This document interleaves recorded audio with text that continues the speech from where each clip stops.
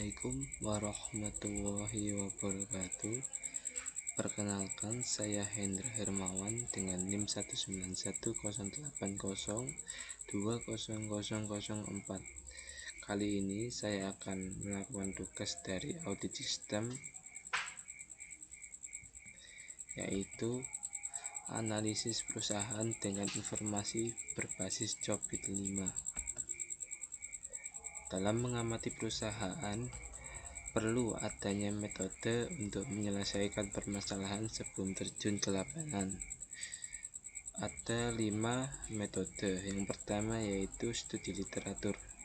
Studi literatur adalah melakukan pencarian referensi berbagai sumber yang lain digunakan untuk sebagai penunjang informasi. Yang kedua, draft wawancara dan kuesioner, yaitu melakukan pembuatan poin-poin dari setiap aturan Jobit 5. Yang ketiga, pengumpulan data, dilakukan dengan wawancara dan menyebar kuesioner. Yang keempat, proses analisis hasil, yaitu analisis dilakukan pada hasil kuesioner dan bobot-bobotan. 5. Kesimpulan, menarik kesimpulan dari hasil analisis yang didapat sehingga kelayakan dan perbaikan yang seharusnya dilakukan dapat diketahui. Konsep dasar dari informasi yaitu menurut Robert dan Roscoe Davis, informasi adalah suatu sistem di dalam suatu organisasi yang mempertemukan kebutuhan pengolahan transaksi harian, mendukung informasi bersifat manajerial dan kegiatan strategi dari suatu organisasi, dan menyediakan pihak luar tertentu dengan laporan-laporan yang diperlukan. Untuk yang pertama yaitu studi literatur, yaitu atau lebih singkatnya itu mencari informasi tentang perusahaan sebelum mengaudit, yaitu mengetahui visi misi tentang perusahaan, tentang sejarah perusahaan.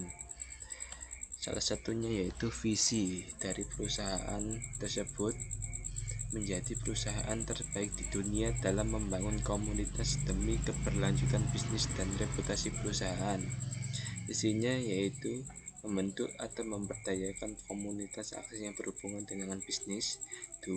Membentuk atau memberdayakan komunitas konten yang berhubungan dengan bisnis.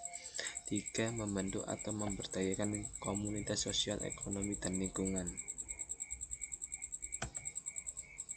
Untuk selanjutnya yang perlu diketahui dalam studi literatur yaitu mengetahui struktur organisasi dari sebuah perusahaan itu tersendiri. Di dalam PPT ini sudah terdapat struktur organisasi dari salah satu perusahaan.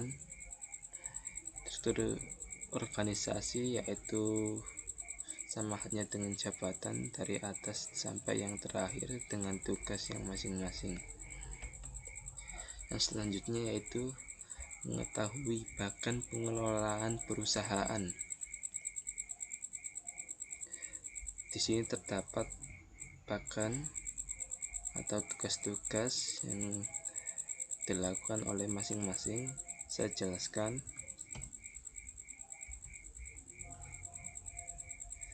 Untuk proses 1, BPO memberikan diagram bisnis proses, kemudian change request,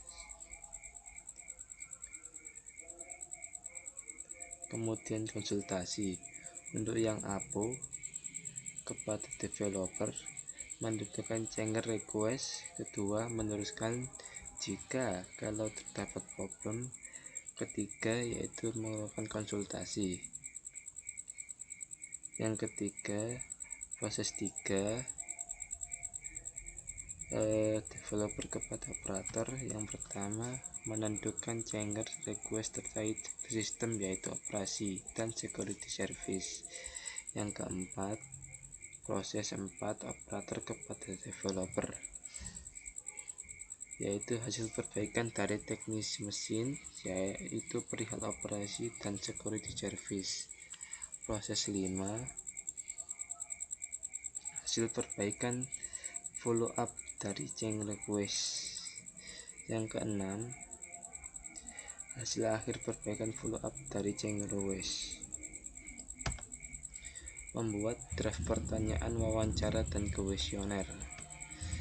Dalam membuat draft pertanyaan dan kuesioner, salah satunya yaitu dengan metode statistika, yaitu menurut Wisnuwardana, statistika adalah suatu pengetahuan mengetahui pengumpulan, pengolah, menyajikan, menganalisa data dengan metode tertentu, serta menarik kesimpulan dan mengambil keputusan berdasarkan hasil analisis yang telah dilakukan melalui suatu metode statistika. Salah satunya, populasi adalah kelompok objek yang akan diteliti, yang kemudian melihat dari populasi infinite, yaitu kumpulan objek yang tidak diketahui. Yang ketiga, populasi finite, yaitu kumpulan objek yang jumlahnya sudah diketahui pasti. Metode yang selanjutnya yaitu validitas, yaitu tingkat kebenaran data yang menunjukkan fakta yang dimaksud oleh peneliti. Data juga tidak valid menghasilkan kesimpulan tidak valid juga, meskipun data diolah dengan analisis statistik yang benar. A. Validitas eksternal, pengujian dengan kriteria di luar alat ukur, dan B. Validitas internal, pengujiannya terdapat dalam alat ukur. Kemudian ini adalah rumus yang digunakan untuk menguji validitas atau rumus korelasi produk moment present, yaitu sebagai berikut. Bisa dilihat dari sini.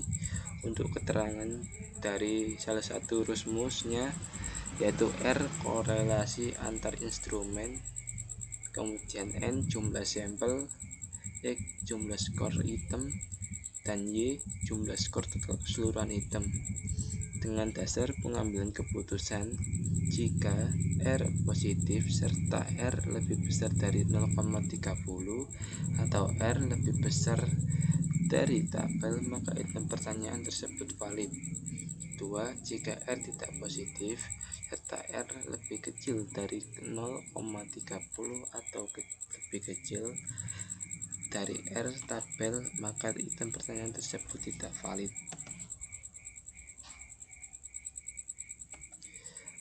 Yang selanjutnya yaitu pengumpulan data.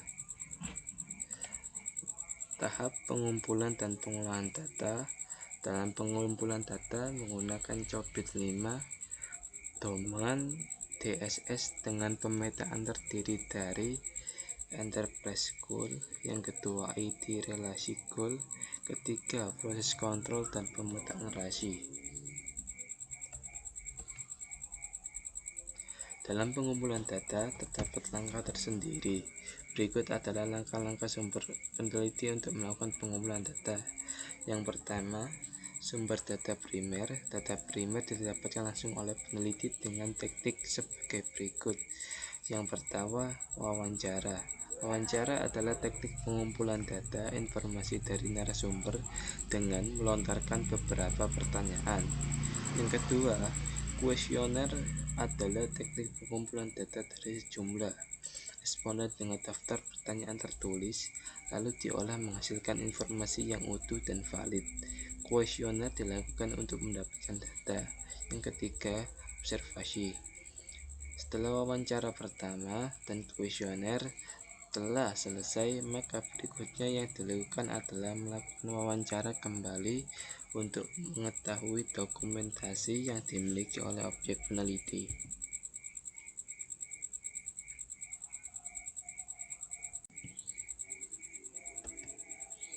Sumber data sekunder, yaitu A. Validitas. Rumus yang digunakan untuk menguji validitas adalah rumus korelasi produk moment present, yaitu sebagai berikut. Seperti yang saat tadi sama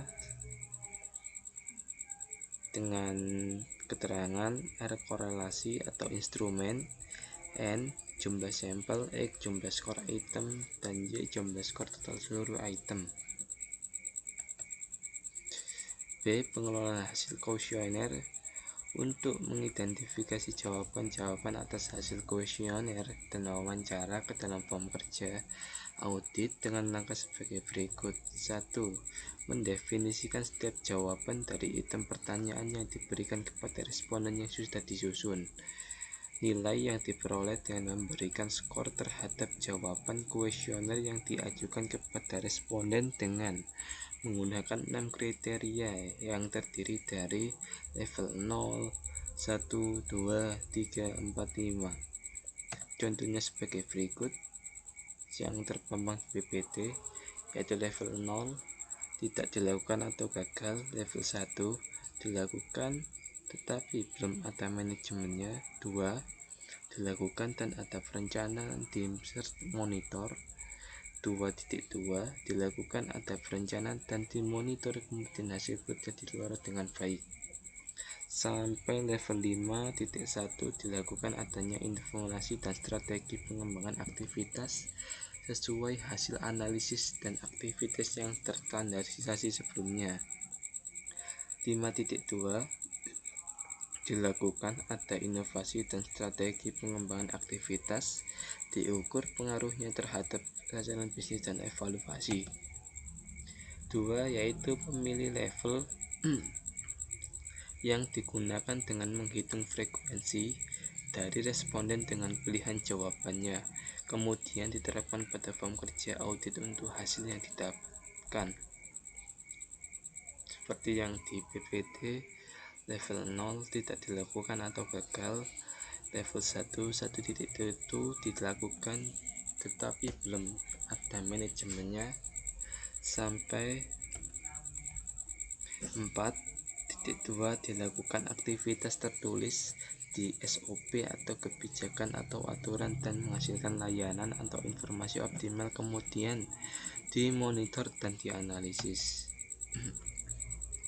Berikut adalah flowchart dari kuesioner, yaitu membuat daftar kuesioner kemudian dengan tabelasi. Ketika tuan-tuannya sudah dibuat dan diberikan kepada sampel, maka datanya valid atau tidak. Ketika valid maka akan ke bawah, ketika tidak valid akan kembali ke daftar kuesioner.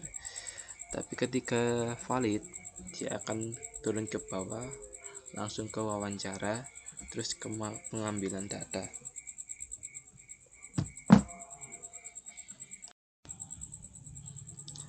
Berikut adalah tahap pengumpulan data dengan tujuan untuk memperoleh tujuan arahan strategis dan proses bisnis perusahaan yang dilakukan pemetaan terhadap pada Jobit 5 itu sendiri pada suatu perusahaan tersebut. Contoh salah satu perusahaan dengan pemetaan enterprise goal dengan sasaran strategis bina perusahaan. Berikut ini adalah pemetaannya. Terdapat PSG dimension, EG enterprise goal, serta sasaran strategis bina lingkungan perusahaan. Kemudian ada kuesioner atau pertanyaan.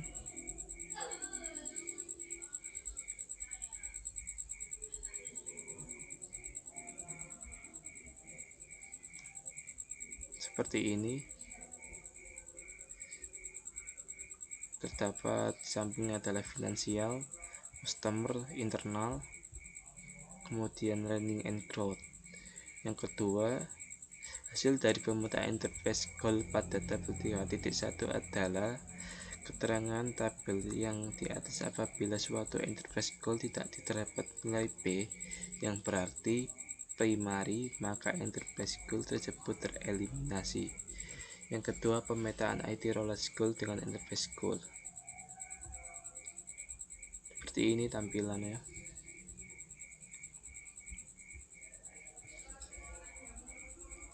Hasil dari pemetaan IT relates, keterangannya dari pemetaan tabel di atas. Apabila suatu IT relates goal tidak terdapat nilai B yang berarti primary, maka IT relates goal tersebut tereliminasi. Yang ketiga, pemetaan proses kontrol dengan IT relates goal.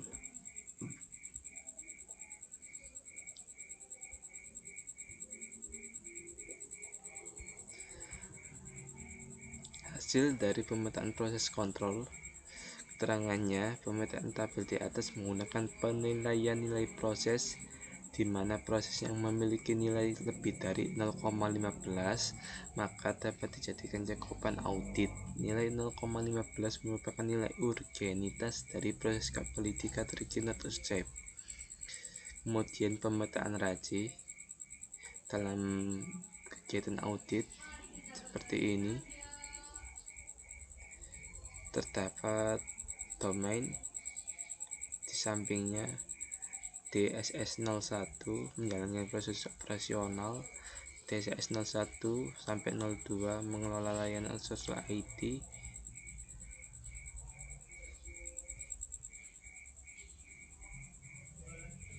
terdapat banyak domain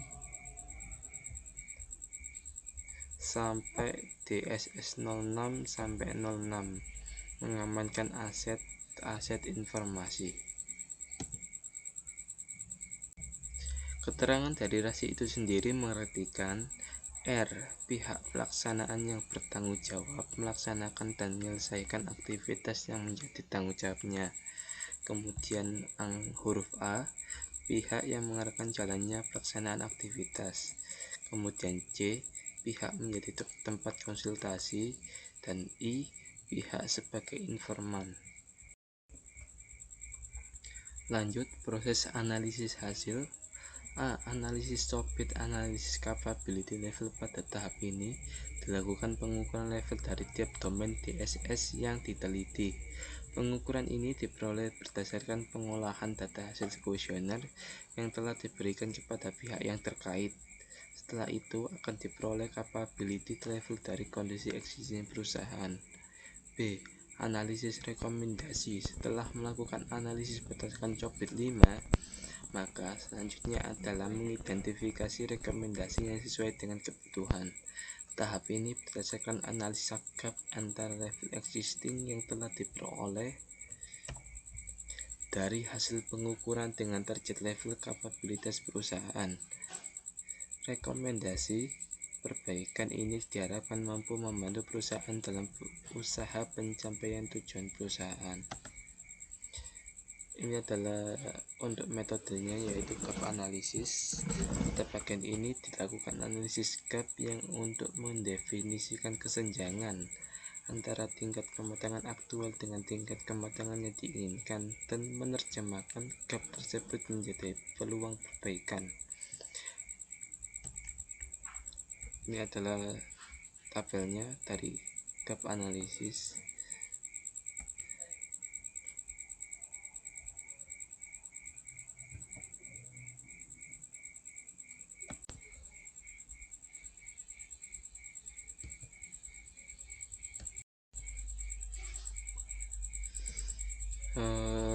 Dari poin D, analisis hasil, yaitu analisis validasi kuesioner yang dilakukan dengan metode produk moment person dengan menghitung masing-masing persubdomain DSS setelah dilakukan rekapitulasi di tabel. Kemudian analisis hasil kuesioner dalam menunjukkan kondisi pada level manakah aktivitas-aktivitas yang terdapat pada form kerja audit itu berada, maka dilakukan analisis berupa mencari level yang tepat pada form hasil kuesioner. Berikut adalah hasil analisis hasil pada domain DSS 01 sampai DSS 06. DSS 01 menjalankan prosedur operasional.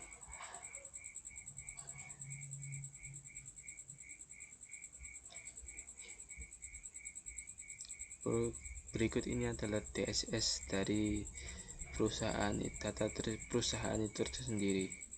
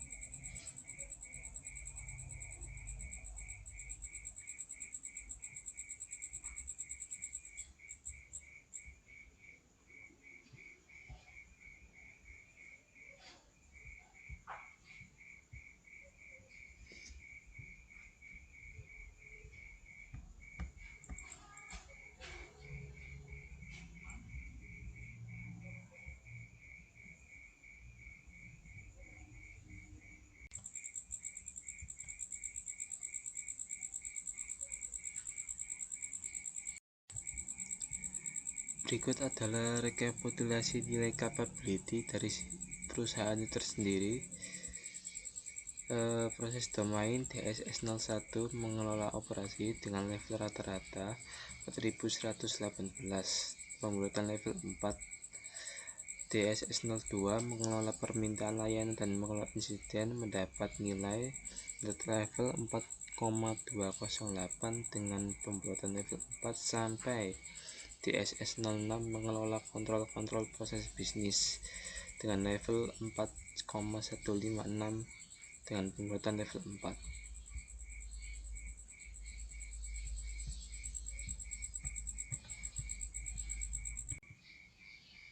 Dari hasil pembuatan tabel rasi yang sudah dibuat dan sudah diisi mendapat penilaian kondisi existing DSS01 berikut: menjalankan absensi terkap aktivitas dilakukan dengan baik dengan dilakukan selama 24 jam, menerapkan sistem piket dan mengelola tiket insiden. Ini kondisi DSS02, DSS03, 4, 5, 6. Kemudian analisis gap,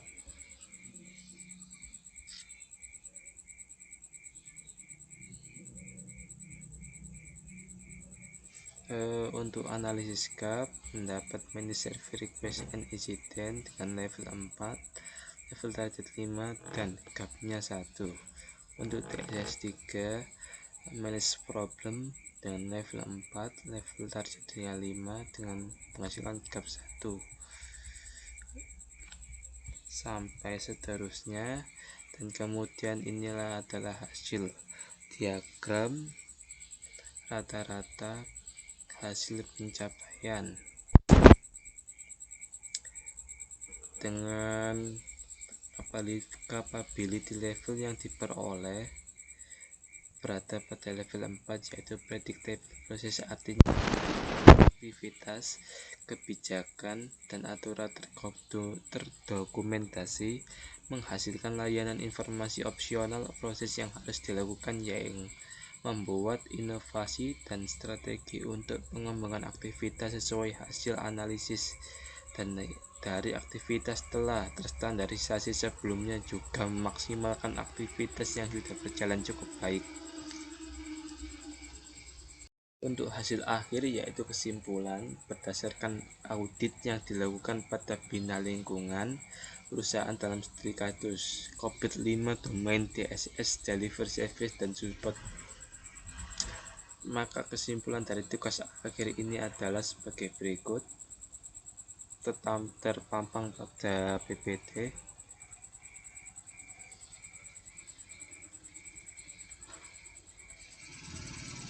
Terima kasih, itu tadi adalah PPT saya, semoga bermanfaat. Wassalamualaikum warahmatullahi wabarakatuh.